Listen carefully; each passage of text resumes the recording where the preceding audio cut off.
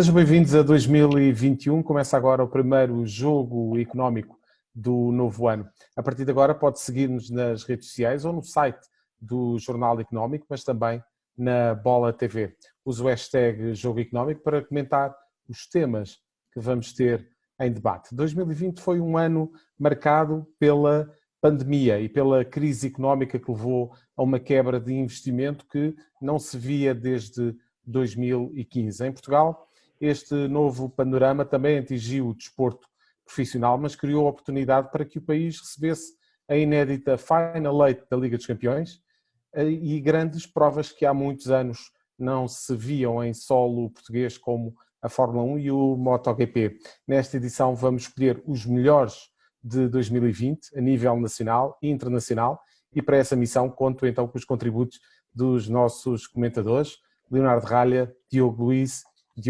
e João Marcelino. Muito obrigado pela presença neste jogo económico. Vou então começar pela primeira categoria que vamos ter nesta primeira parte, e esta primeira parte vai ser inteiramente dedicada a protagonistas que estão fora de Portugal, e começo então com o Diogo Luís para lhe perguntar qual é que foi para o Diogo o melhor jogador português no estrangeiro. Olha, boa tarde a todos. Eu aqui tive duas dúvidas, ou seja, tive dois alvos, Cristiano Ronaldo e Bruno Fernandes, mas acabei por optar por Bruno Fernandes. Porquê? Porque a forma como o Bruno Fernandes chegou à Inglaterra e se impôs foi categórica. Num clube como o Manchester United andava um pouco à deriva e o Bruno Fernandes foi um jogador fundamental para permitir que o Manchester United conseguisse atingir o objetivo de Liga dos Campeões no último ano. Teve 6 meses em que brilhou, e destacar que em 14 jogos fez 7 gols, 8 gols e 6 assistências, salvo erro.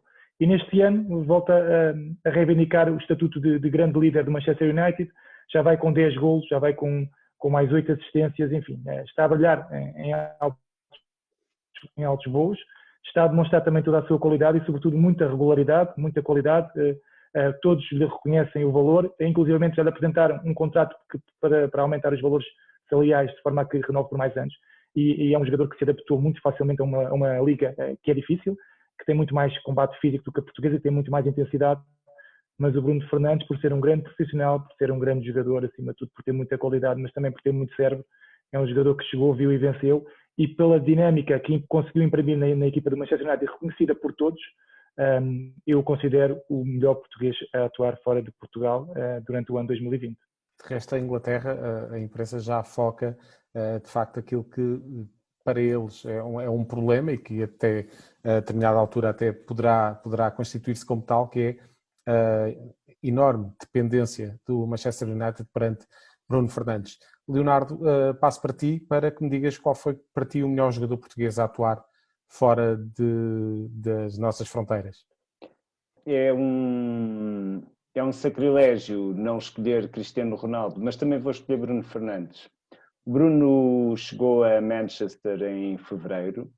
Em poucas semanas era já o patrão daquela equipa. Uma equipa que precisa, usando um chavão muito em voga ao longo dos últimos 4 anos, de tornar-se grande outra vez. Não conseguiu tudo aquilo a que se propunha, mas o certo é que a qualificação para a Champions foi assegurada. Mais uma vez, nesta nova temporada, não foi capaz de manter o Manchester United no rumo da Liga dos Campeões para fases eliminatórias, mas voltou a deixar marca, voltou a pautar o jogo, voltou a ser aquela espécie de treinador em campo que Solskjaer de certeza que agradece muito, no momento em que o próprio Solskjaer ainda está a tentar afirmar-se no banco. E certamente não só foi o grande destaque dos portugueses no estrangeiro em 2020, como o futuro é dele. Ainda tem 26 anos, tem muito tempo para se afirmar como um dos grandes meio-campistas deste mundo do futebol. Passo então para a escolha do João Marcelino. João.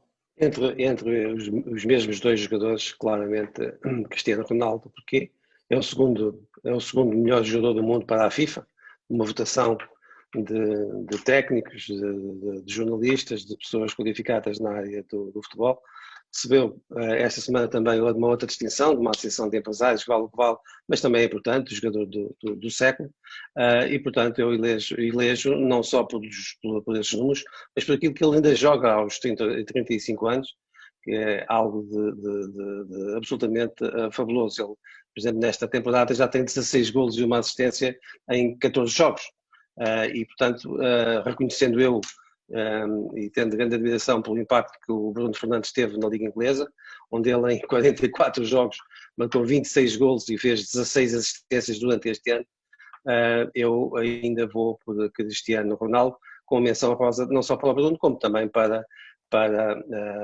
o Diogo Jota, para o Rúben Dias, para o João Félix, porque felizmente há muitos portugueses a brilharem no futebol mundial.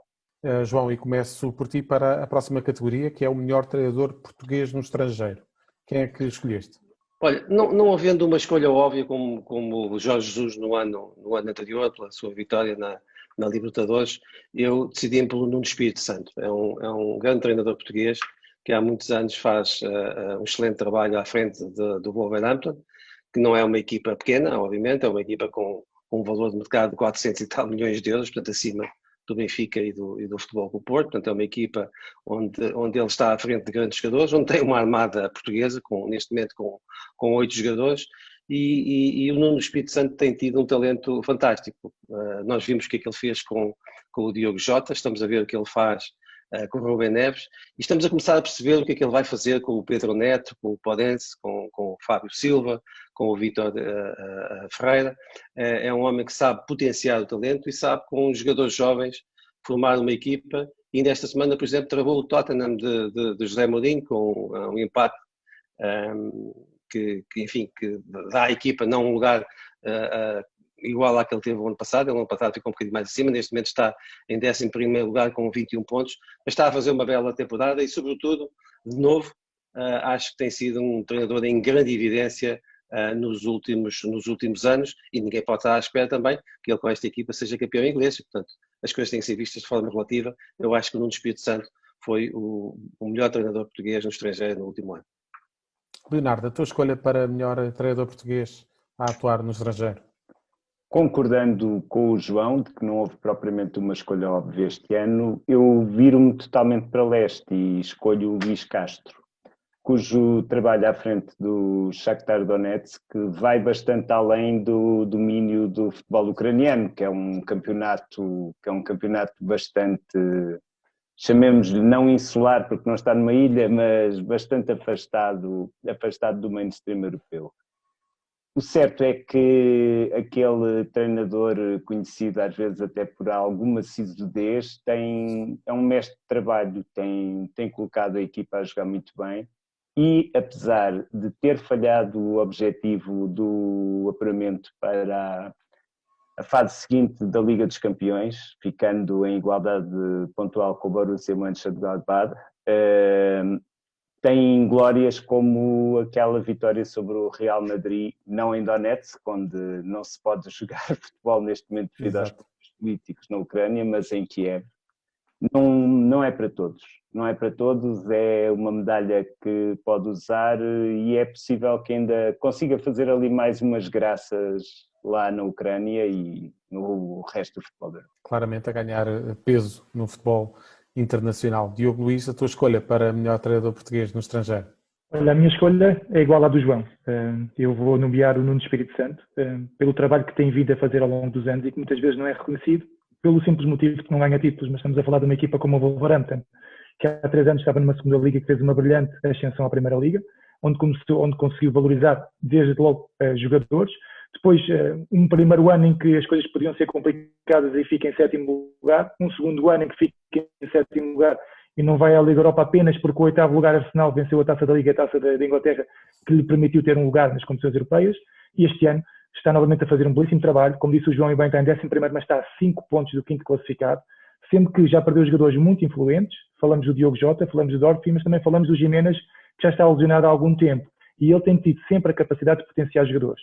Não só aqueles jogadores que o João já falou, e são os portugueses que nos saltam mais à vista, destacando aqui claramente a evolução do Pedro Neto, que está um jogador fantástico, mas também destaco aqui, por exemplo, o Adama Traoré, que é um jogador que já está a ganhar aqui outra dimensão em função da forma como o Nuno Espírito Santo coloca em campo. Depois destacar que a equipa do Wolverhampton é uma equipa cheia de intensidade. E nós estamos a ver, ainda ontem, no jogo do Wolverhampton-Tottenham, vimos 7 portugueses em campo e efetivamente é possível que os jogadores portugueses tenham a intensidade que existe na Primeira Liga, porque eles tiveram intensidade durante os 90 minutos. A minha questão é porque é que em Portugal os mesmos jogadores não têm essa capacidade. Possivelmente é uma questão cultural. Mas o que eu quero dizer é que um grande trabalho, muita regularidade, muita qualidade e, sobretudo, fazer das fraquezas forças. Quando não tem tanta mão de obra ou quando tem algum percalço, o Nuno tem conseguido dar a volta à situação e tem feito um brilhante trabalho que, volto a dizer, não é tão reconhecido por não ter títulos, mas a verdade é que ter o Wolverhampton 2 anos consecutivos no 7º lugar é um trabalho digno de realce e este ano, mais uma vez, fez um belíssimo trabalho. E continuando nos treinadores, mas olhando de uma forma mais global, Diogo, quem é que foi para ti o melhor treinador internacional de 2020? Aqui não tive grandes dúvidas. Aqui vou para Hans Flick, treinador do Bayern de Munique, fez um trabalho notável, fantástico, pegou na equipa à 11ª jornada na Bundesliga, estava a 4 ou 5 pontos do Borussia Dortmund e depois em 23 jogos teve 20 vitórias, 2 derrotas e um empate, venceu a taça da Alemanha sem derrotas, venceu a Liga dos Campeões só com vitórias e quando eu digo vencer, ele não venceu só, ele derrubou, ele amachucou. Lembro-me de 7-1 ao Chelsea e depois 3-0 na segunda mão, 8-2 ao Barcelona, enfim, venceu com todo o mérito, com bom futebol, com jogadores a valorizarem-se, com espectadores atentos e satisfeitos, infelizmente não com os estádios cheios, porque era isso que merecia esta equipa do Bayern, e aqui teve muito da mão de Hans Flick, porque a verdade é que quando ele entrou o Bayern era uma equipa atabalhoada, uma equipa que duvidava de si própria, e a verdade é que ele foi uma lefada de ar fresco e permitiu que a equipa desse um salto qualitativo enorme, e que acabou também não só por ter títulos coletivos, mas também títulos individuais, porque quer queiramos, quer não, Lewandowski foi considerado o melhor jogador do ano, muito pelo percurso que a equipa do Bayern teve e com a mão do seu treinador. E por esse motivo, Hans Flick, para mim, sem dúvida alguma, o melhor treinador do ano. Leonardo, para ti quem é que foi o melhor treinador de 2020? Sem beliscar o mérito Flick, eu vou escolher o Jürgen Klopp. O Jürgen Klopp, depois, salvo erro, ao 5º ano à frente do Liverpool, devolveu esse grande clube a um título que lhe escapava, salvo erro. É o primeiro título desde que existe a Premier League nesta atual configuração. Neste modelo, sim. Portanto, é um jejum daqueles inexplicáveis, tendo em conta que o Liverpool, entretanto, tinha conseguido as maiores vitórias a nível europeu. Com futebol de ataque, com bastante magia, tirando muito partido do seu excelente trio entre Salah, Firmino e o muito talentoso e venenoso Sadio Mané. É um grande comunicador, o Jürgen Klopp é uma pessoa que tenta trazer o gosto pelo futebol aos mais jovens, que tenta promover o futebol enquanto espetáculo, enquanto arte, e embora esta expressão quase tenha copyright, é um mestre da tática. É a minha escolha para este ano.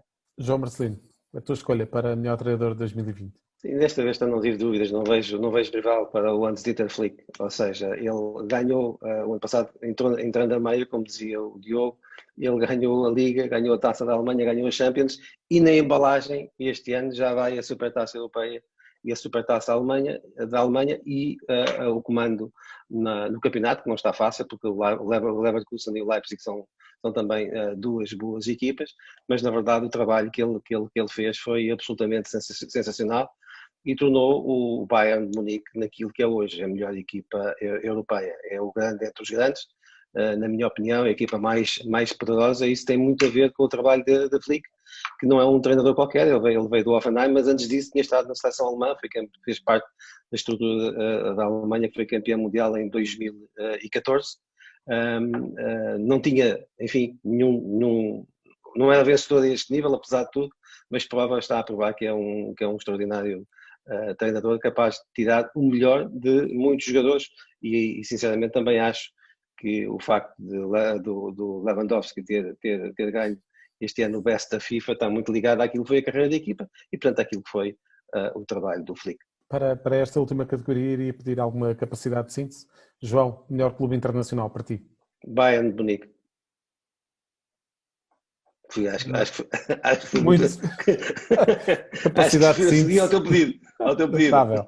Leonardo, o melhor clube internacional, na tua opinião, em 2020? O Rijeka? Não, obviamente que é o Bayern de Munique. É o Bayern de Munique, não há nenhuma... Contra factos não há argumentos. Foi dominador, funciona muito bem, mistura muito bem a veterania com algum toque de juventude. Diogo Luís, para terminar esta categoria, melhor clube internacional para ti? Sem dúvida, concordando com o João e com o Leonardo, Bayern de Munique. Gostava aqui de destacar, já falámos do Lewandowski, gostava de destacar também o papel que Thiago Alcântara e Kimmich tiveram neste Bayern, para não falar de Müller, mas o Thiago Alcântara, sim, teve um ano fantástico, se calhar merecia outro tipo de reconhecimento também, mas a verdade é que o Bayern de Munique foi esmagador, foi dominador, vamos ver como é que será o próximo ano, mas ameaça novamente ter um ano à semelhança do anterior. Zé Carlos, então, já que não resumiram tanto como eu acrescento só mais um nome, Alphonso Davies, que é um defesa e um avançado extraordinário. E isto no futebol, tal como nas escolhas internacionais do jogo económico, é 11 para 11 e no fim ganha a Alemanha. Já a seguir vamos para as escolhas nacionais do ano para os nossos comentadores. Ações e obrigações, investimento e poupança, BCE e FED, resultados e empresas, análise e gráficos. Analisamos isto tudo e muito mais todas as semanas no Mercados em Ação do Jornal Económico. Temos analistas de topo em estúdio e em direto de Londres, Washington e de vários pontos do globo. No Espaço Empresas convidamos líderes de negócios que marcam a diferença em Portugal e lá fora. Contribuímos ainda para a literacia financeira com a palavra da semana. Não percam Mercados em Ação nos sites e nas redes sociais do Jornal Económico. Sejam bem-vindos à segunda parte deste jogo económico e se na primeira parte tivemos as escolhas internacionais dos nossos comentadores, agora na segunda parte olhamos para dentro da nossa liga, do nosso campeonato, para saber quem foram os melhores de 2020. E começo precisamente pelo João Marcelino. João, qual foi para ti o melhor jogador da Liga Portuguesa em 2020? Antes, somando a parte da anterior Liga e a que vai desta. Jesus Corona. Jesus Corona, não sei se ele é defesa, se é médio, se é avançado, se joga à direita, se joga à esquerda, se joga pelo meio. Mas para o Sérgio Conceição, ele pode jogar em qualquer posição e, sobretudo, foi um homem que fez a ala direita no anterior campeonato, com as exibições do Manafá e com o rendimento que o Manafá tem exibido, ele tem jogado no seu lugar, que é à frente, sobre o lado direito, e é um jogador absolutamente fundamental naquela que neste ano foi a melhor equipa portuguesa. Não é a que lidera a Liga deste ano, nos últimos 2-3 meses, mas o Futebol do Porto foi a melhor equipa do ano de 2020, que é o que está aqui em questão, e para mim o Jesus Corona tem nisto um grande peso. Lembrar que ele, no ano passado, em 51 jogos, fez 4 golos, mas fez 21 assistências, e que este ano já leva na Liga 2 golos e 3 assistências em 10 jogos. É um jogador de alto rendimento e, para mim, aquele que foi mais importante em qualquer equipa durante o ano 2020. E de resto é um jogador que também faz grande furor quando representa a seleção do México.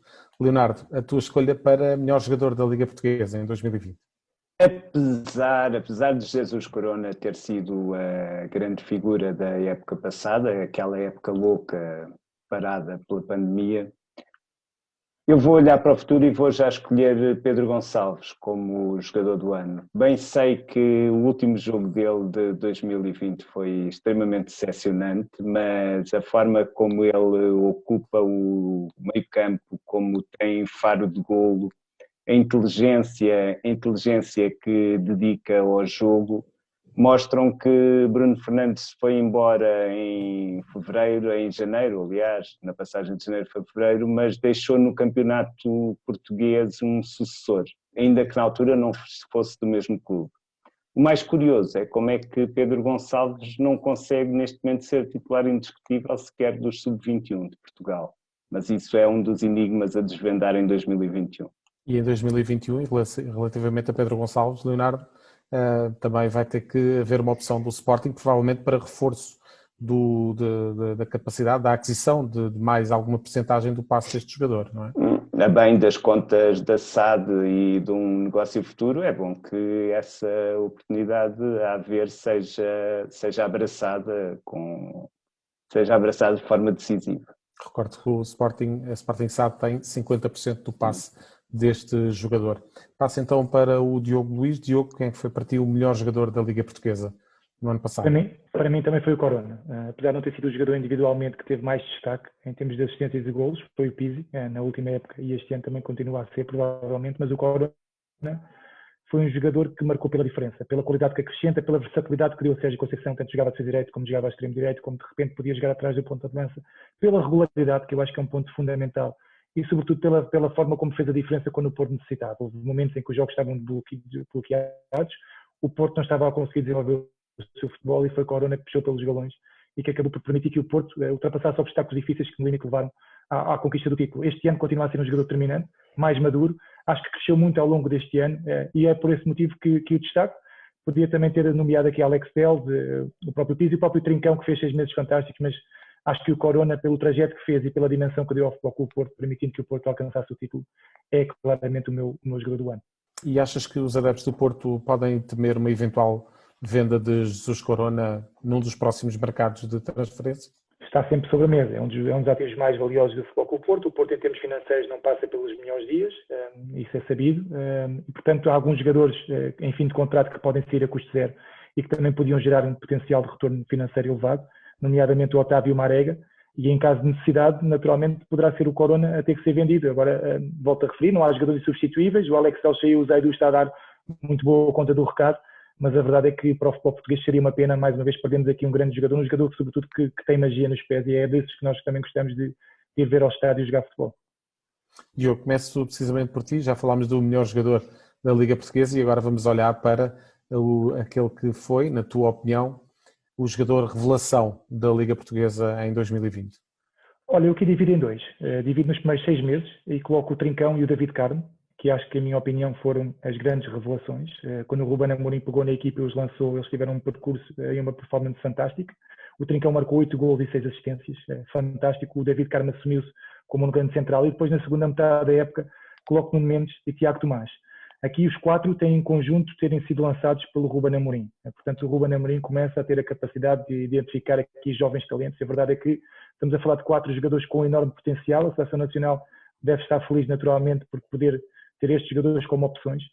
Nuno Mendes e Tiago Tomás, que têm estado também a demonstrar o seu valor. Nuno Mendes numa primeira fase mais fulgurante e agora é Tiago Tomás, que está a demonstrar uma qualidade muito acima da média. Estou a falar de 2 júniores e, portanto, o destaque ainda tem que ser maior, mas eu dividi em 2 porque entendo que faz sentido, porque estamos a falar de 4 grandes jogadores, ou 4 grandes projetos de jogadores, e que, acima de tudo, foram grandes revelações, porque não os reconhecia com esta qualidade. Se calhar o Trincão e o David Carmo já das seleções, o Nuno Mendes e o Tiago Tomás, por serem tão novos, ainda não lhes reconhecia, não ouvia falar deles como estou a ver dentro de campo e estou claramente maravilhado. Muito do que é o futuro da seleção portuguesa de futebol passará certamente por esses 4 jogadores. Leonardo, a tua escolha para jogador revelação da Liga Portuguesa em 2020? Olhando, foi uma safra muito boa, sendo que em Portugal há sempre o problema de as revelações muito rapidamente saírem do campeonato português. Dos que aqui ainda estão, eu seleciono Nuno Mendes, que outro jogador que agora nesta fase final do ano tem sofrido um pouco com problemas físicos, vê-se que não está no seu melhor, mas já mostrou ser o lateral esquerdo do futuro para a seleção portuguesa. É um miúdo, ainda júnior, como o Diogo disse, e bem. Tem uma capacidade de progressão, de combinar com o extremo, de centrar, que está muitíssimo acima da média. Não é o único, não é a última Coca-Cola do deserto na sua posição, porque há o Alphonso Davies, mas o Alphonso já está no Bayern e o Nuno Mendes está no Sporting, e no Sporting um clube que provavelmente vai precisar de vender. Portanto, é possível que não fique aqui muito mais tempo. E de resto, de acordo com o Transfer Market, Nuno Mendes é, aos 18 anos, o defesa esquerdo mais, com o valor de mercado mais elevado a nível mundial. João Marcelino, jogador revelação da Liga Portuguesa em 2020. Sabes que eu não encaro a revelação como uma questão de identidade, portanto não fico preso à idade, aos 17, aos 18 anos, e portanto a mim a grande revelação do futebol português deste ano foi o Pedro Gonçalves. Ele é um jogador que não era muito conhecido, fez estava a jogar em Inglaterra, portanto, no ano anterior só se foi visto ali 2, 3 meses na Liga Portuguesa. Mas este foi o ano da sua afinação, não só do Sporting, como também no Famalicão. Ele traz do Famalicão 7 golos e 8 assistências em 40 jogos. É evidente que estava a ter todos os recordes no Sporting, tem neste momento 10 em 10 na Liga, 10 em 12 na época. É realmente, para mim, um grande futebolista que pode jogar tanto no meio campo como jogar como segundo avançado, que é basicamente o que ele está a fazer no Sporting, portanto é um aqueles alas interiores que apoiam o ponta de lança no sistema do Ruben Amorim, e portanto para mim ele foi a enorme revelação deste ano, e eu aos nomes que aqui já foram ditos e que subscrevo todos, ainda junto do Francisco Moura, que é o defesa esquerdo também do Sporting Braga, uma equipa que tem tido muita capacidade formadora. O Francisco Moura, como sabe, lesionou-se gravemente, teve um jogo fantástico, marcou um golo ao Benfica no Estádio da Luz e depois lesionou-se. Eu penso que ele e o Nuno Mendes serão os futuros guardiões do posto de ala esquerda na Seleção Nacional Portuguesa, e não vai ser preciso esperar muito tempo, porque eles têm uma enormíssima qualidade ambos. Resumindo e parafraseando o Leonardo, de facto 2020 foi uma grande safra. João, começo por ti na categoria para melhor treinador da Liga Portuguesa este ano. O ano passado, em 2020. O melhor treinador da Liga, o melhor treinador da Taça, o melhor treinador da Supertaça foi o Sérgio Conceição. Obviamente que sim. Eu já aqui falei da importância que o Sérgio Conceição teve para o Futebol do Porto nos últimos 3 anos. Ele só perdeu uma Liga para aquele fenómeno Bruno Lage / João Félix. Tirando isso, ele ganhou as outras 2 ligas, ganhou há pouco tempo também a Taça Portugal, a semana passada a Supertaça, e portanto é um homem que tem feito muito, não com tanto como os seus antecessores. O Porto não tem a mesma equipa que tinha há 10 anos, há 8 anos. Eu vou aqui, quer dizer, eu não vou estar aqui a falar do Falcão, do Lúcio Gonzalez, do Luca, enfim, podia dizer mais 10 ou 20 nomes. Esta equipa do Futebol do Porto não tem essa riqueza individual, e até por isso eu acho que se deve destacar o trabalho de um homem que, por exemplo, já colocou o Futebol do Porto nos oitavos de final da Champions, garantindo já um pouco mais de 60 milhões ao clube, como já tinha há 2 anos e meio garantido 80 milhões ao Futebol do Porto de encaixe numa Champions. Portanto, tanto do ponto de vista desportivo como do ponto de vista financeiro, talvez num dos momentos mais delicados da história recente e não tão recente do Futebol do Porto, o Sérgio Conceição foi muito importante. E, portanto, foi obviamente o melhor treinador da Liga, porque ganhou uma, continua a disputar a outra, mas por aquilo que ele tem feito ao longo do ano de 2020, também noutras competições, eu acho que ele é o treinador em destaque, não esquecendo como menção honrosa para o Ruben Amorim, por ter trazido o Sporting de volta à luta pelo título. Leonardo, a tua escolha para melhor treinador de 2020? Eu vou um bocado como o João, sendo certo que Ruben Amorim merece uma menção honrosa enquanto treinador do futuro. A óbvia resposta a quem foi o melhor treinador português em Portugal no ano de 2020 é Sérgio Conceição. Ganhou tudo o que tinha para ganhar, tirou partido de recursos bastante escassos para fazer equipas de grande qualidade, como se vê pelo apuramento para a fase seguinte da Liga dos Campeões, por exemplo.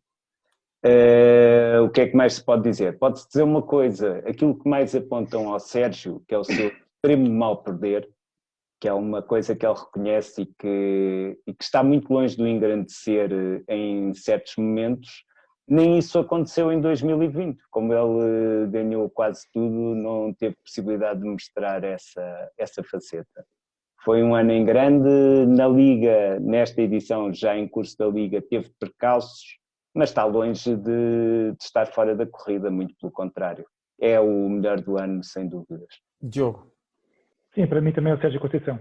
Não há aqui grandes dúvidas. Pelo trajeto que fez, fantástico, pelos jogadores que foi perdendo e que foi conseguindo manter a eficácia da equipa, não a qualidade exibicional, porque fica difícil quando perdes os melhores manter a qualidade exibicional, mas a verdade é que a eficácia, o rigor continua lá. Passou por alguns percalços durante o ano 2020, mas conseguiu dar a volta, sobretudo depois de estarmos confinados. e a verdade é que este ano, apesar de ter começado mal, conseguiu novamente dar a volta através, sobretudo, daqueles jogos mais complicados da Liga dos Campeões, onde a equipa puxou pelos galões e ganhou confiança para depois abordar as provas internas com outra cara.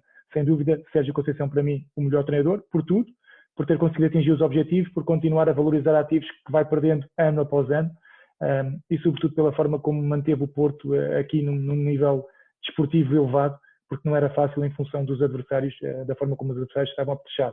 Também destaco aqui e realço o trabalho de Ruben Amorim, e vou dizer, se o Ruben Amorim tem conseguido o terceiro lugar no Sporting, eu abanava aqui um bocadinho na minha escolha, porque o Ruben Amorim venceu uma taça da Liga com o Braga, lançou jovens, tanto no Braga como no Sporting, está indiscutivelmente em primeiro lugar no campeonato no final de 2020 com grandes exibições, tirando se calhar o último jogo contra o Belenenses, contra a Bessade, que não correu tão bem, mas a verdade é que também tem feito um grande trabalho. Aquela perda do terceiro lugar para o Braga é que fez com que, em minha opinião, Sérgio Conceição seja claramente o melhor, porque atingiu os objetivos e isso também é importante. Não só a forma como os atinge, mas também atingi-los faz a diferença.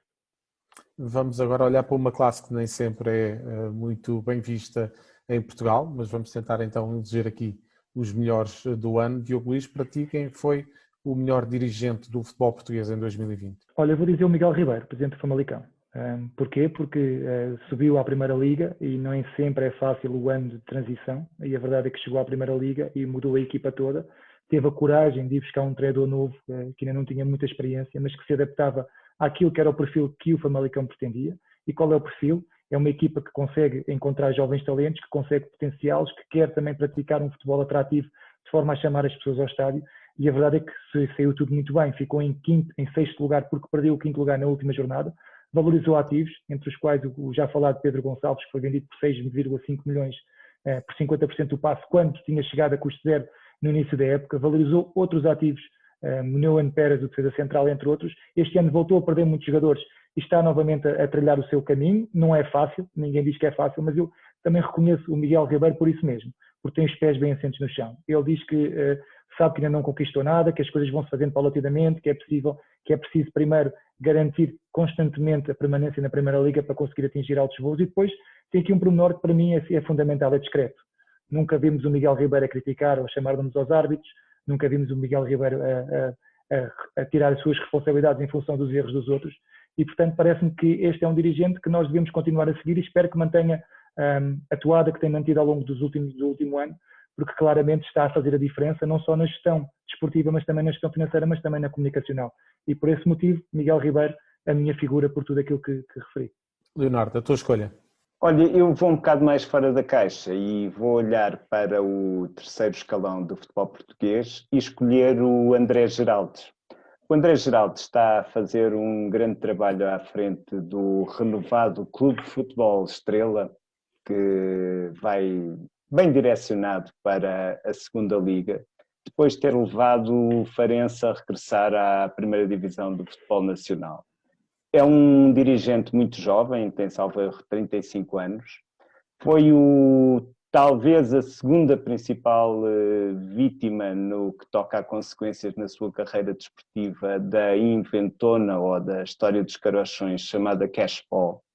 E desde então tem seguido um caminho de recuperação que não me espanta que acabe por levar com que dentro de algum tempo os grandes tenham que passar pela Amadora. Vai acontecer, aliás, com o Benfica para a Taça de Portugal dentro de poucos dias. João. Frederico Varandas, do Sporting. Trouxe de volta o Sporting a competir com o Benfica e com o Futebol Clube Porto pelo título, que era uma coisa que ainda há poucos meses, não é preciso contar ir muito para trás, muitos dos pseudo-analistas do futebol português não imaginavam, antes pelo contrário, diziam ao contrário, que o Sporting não tinha capacidade, não conseguia nos próximos anos lutar pelo título ou fazer uma equipa compatível com aquilo que é o passado do clube. E, no entanto, isso aconteceu, é uma realidade. Com muito pouco dinheiro, o Sporting gastou neste defeso. Deixa-me lembrar antes, a montante ainda, a contratação do Ruben Amorim também foi muito criticada, sobretudo pela dimensão financeira, e na verdade foi uma contratação estranha, pagar por um clube, por um treinador, uma cláusula de rescisão de 10 milhões, mas olhando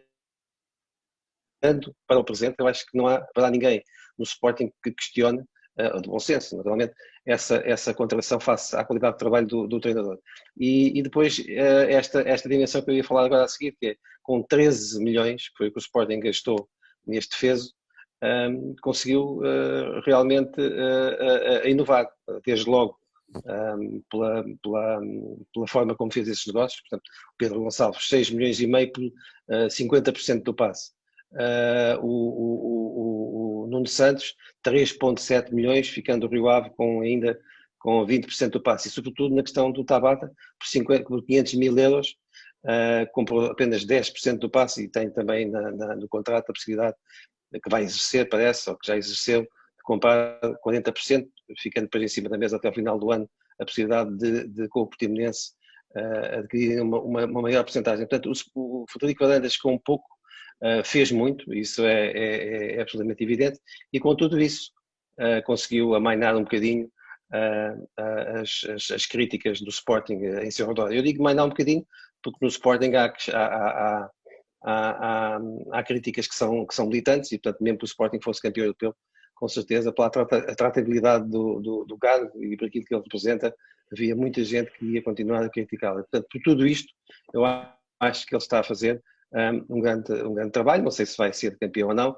mas para já recolocou o Sporting naquilo que é o seu lugar histórico de par do Benfica e do Futebol do Porto, o que parecia uma coisa há poucos meses impossível.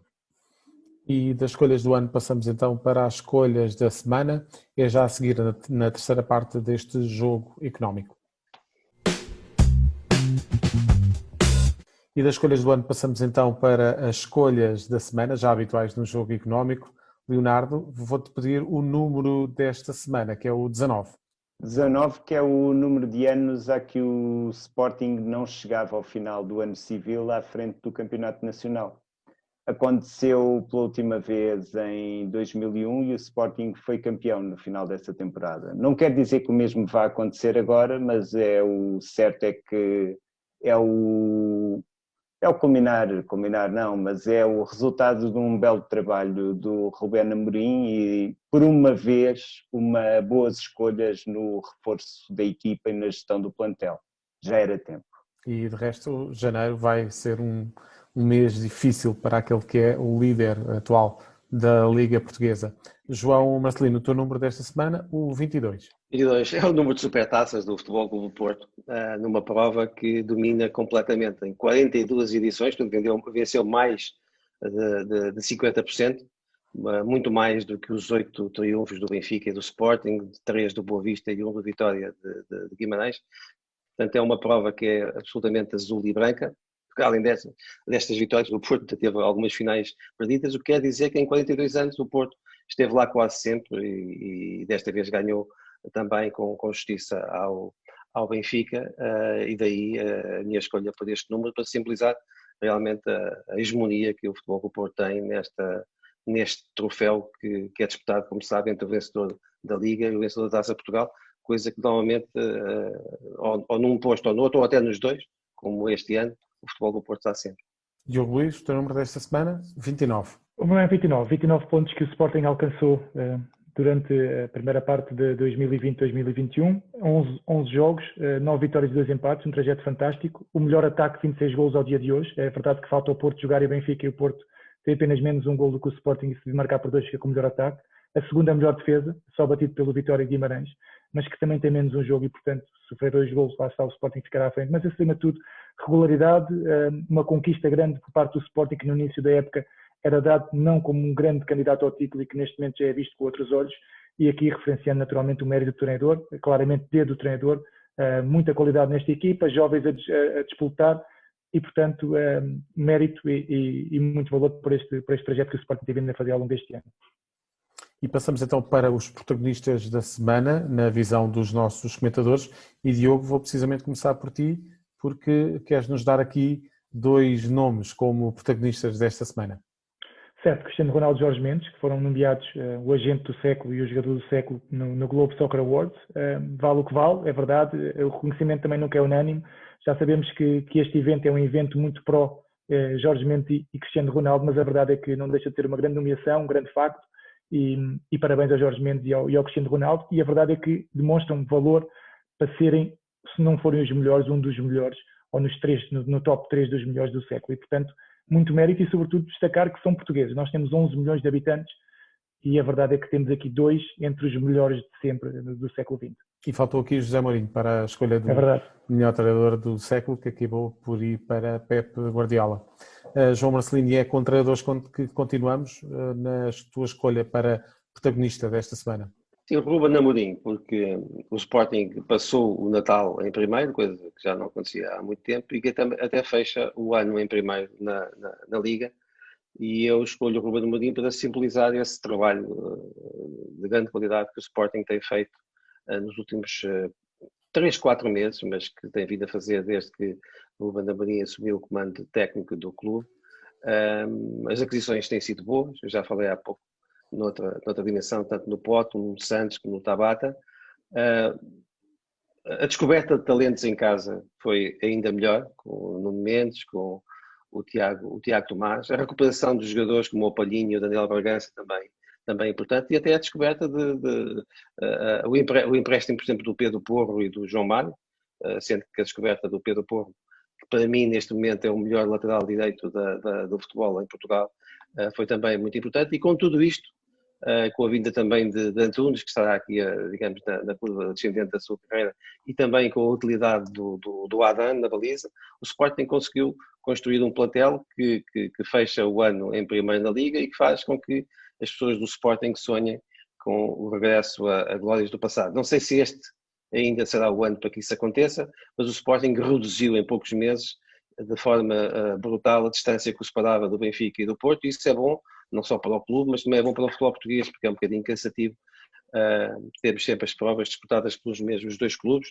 e portanto juntando também aqui, nesta análise, uma menção honrosa ao Sporting de Braga, que também é um clube que tem feito um trajeto fantástico, que acaba o ano também em quarto lugar, e que, enfim, não é o melhor que tem feito nos últimos anos. O Braga, como se sabe, já disputou uma final na Liga Europa, já acabou campeonatos em segundo lugar, mas tem de uma forma consistente aproximado